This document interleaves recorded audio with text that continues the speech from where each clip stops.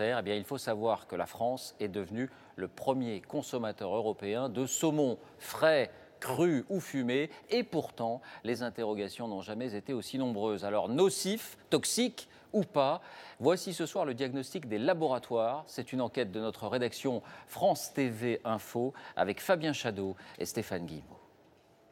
Fumé, frais, en darne ou en pavé, c'est le poisson préféré des Français. À l'approche des fêtes de fin d'année, il est partout. Dans les rayons de supermarchés, sur les étals, mais aussi dans les magazines.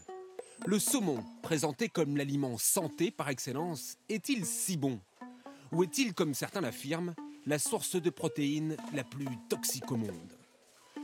Nous avons testé plusieurs échantillons de saumon d'élevage provenant de Norvège, premier fournisseur de la France. Du saumon fumé premier prix, du saumon fumé bio plus cher et du frais chez un poissonnier.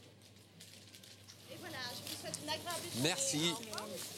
Mais la poissonnière nous met en garde. Est-ce que c'est bon pour la santé le saumon?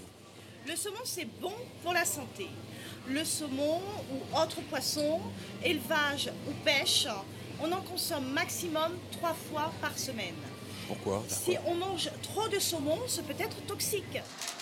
Cette poissonnière a-t-elle raison de nous alerter?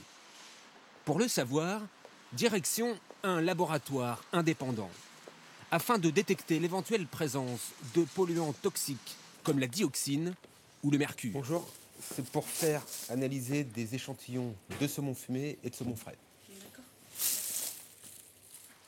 3 semaines d'analyse ont été nécessaires. Résultat, dans ces saumons, il y a bien des produits chimiques, mais en faible quantité. Et surprise, l'échantillon le plus contaminé, c'est le bio. Il contient 2 fois plus de polluants que les 2 autres. Le bio, plus toxique que le saumon d'élevage classique. Ce toxicologue est lui aussi très étonné. C'est un peu surprenant de trouver de tels résultats. Donc, ils sont mieux nourris, mais ils vivent dans une eau qui peut être, là en l'occurrence, probablement plus polluée. Des eaux polluées qui contaminent la chair des saumons. Mais bonne nouvelle, les concentrations de produits toxiques mesurées restent largement inférieures aux normes européennes.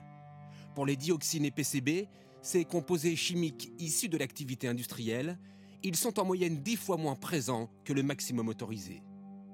Même chose pour les métaux lourds, et en particulier le mercure. Même en petite quantité, y a-t-il un risque pour la santé? Direction la Norvège qui produit 70% de notre saumon. Nous y avons interrogé les autorités sanitaires. En juin dernier, le ministère de la Santé indiquait sur son site « Il est recommandé aux jeunes femmes et aux femmes enceintes d'éviter de manger plus de 2 portions de poisson gras par semaine. » Mais curieusement, 6 mois plus tard, le discours des autorités a totalement changé.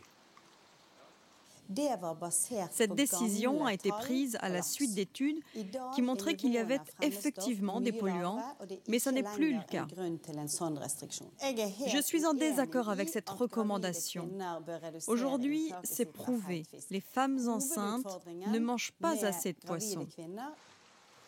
Le saumon est la 2e ressource naturelle du pays, derrière le pétrole. Sa production fait l'objet de nombreux contrôles. Le plus gros producteur norvégien nous a ouvert ses portes. Les saumons sont élevés dans les eaux profondes et froides de ces fjords, dans des fermes aquacoles comme celle-ci. C'est l'une de nos plus grosses fermes. Vous avez 1 million de saumons dans chacune de ces grandes cages et au total, on en a 6.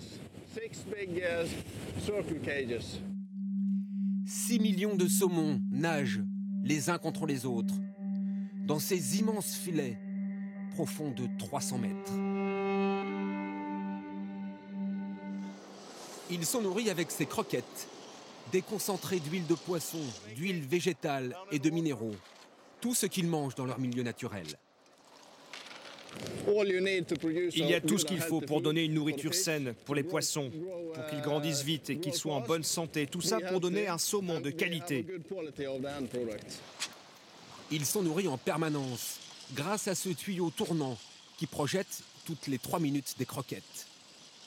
La quantité de nourriture et la fréquence des repas sont gérés par cet ordinateur.